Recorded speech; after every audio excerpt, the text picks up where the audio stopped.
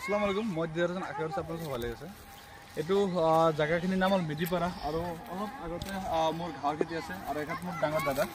তো দাদাই কিছু মাকৈ পেকেটিং কৰি আছে মই চালো সব মাকৈ সব কিমান ধুনিয়া ধুনিয়া মাকৈ দাদা এবাৰ 1 বিঘা মাটিত কিমানখিনি মাকৈ পালে এবাৰ 16 কুইণ্টেল এতিয়া বজাৰ মূল্য কেনেকৈ পাই আছে 21 টকা 50 পইচা চাইছে কিমান ধুনিয়া ধুনিয়া ফ্ৰেছ মাকৈ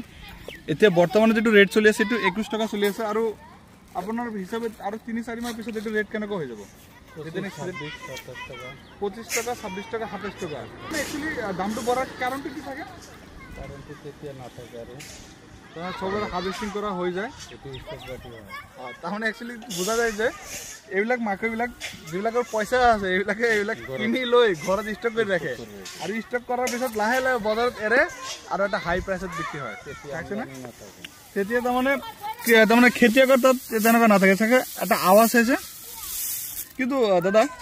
এতিয়া মানুহে গম কেনে পাব যে মাকৈটো শুকাইছে না কেঁচা আছে বহুত আছে নতুন নতুনকে ষ্টক কৰিব যায় আকৌ ধৰক লসও খাব পাৰে শুকালে সাউন্ডটো বেলেগ ধৰণৰ হৈ যাব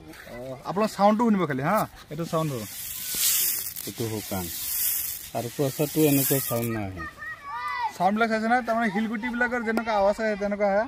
আৰু এটা মই টেকনিক শিকিছো মানে এনেকা আপুনি মাকৈটো হাতত ৰাখি পুৰা টিপা মাৰি দিব আৰু পিছলি যদি থাকে তেনেহলে ভাবি যে শুকাই গৈছে না ঠিক আছে দিয়ক যদি কাৰোবাক যদি মাকৈ লাগে আপোনালোকে আমাৰ লগত কন্টাক্ট কৰিব আৰু আমি আপোনাক টনে টনে আপোনাক সাপ্লাই কৰিব পাৰিম আপোনাৰ জোৰ পৰা নহয় কিমান টন লাগে না গাঁৱৰ পৰা লৈ যাব গাঁৱৰ পৰা কালেকচন হৈ যাব আপোনাক কম ৰেটত পাই যাব বেপাৰী সাপাৰীৰ কানেকচন নাই ইয়াতে ঠিক আছে দিয়ক কেনে লাগিছে ভিডিও নিশ্চয় জনাব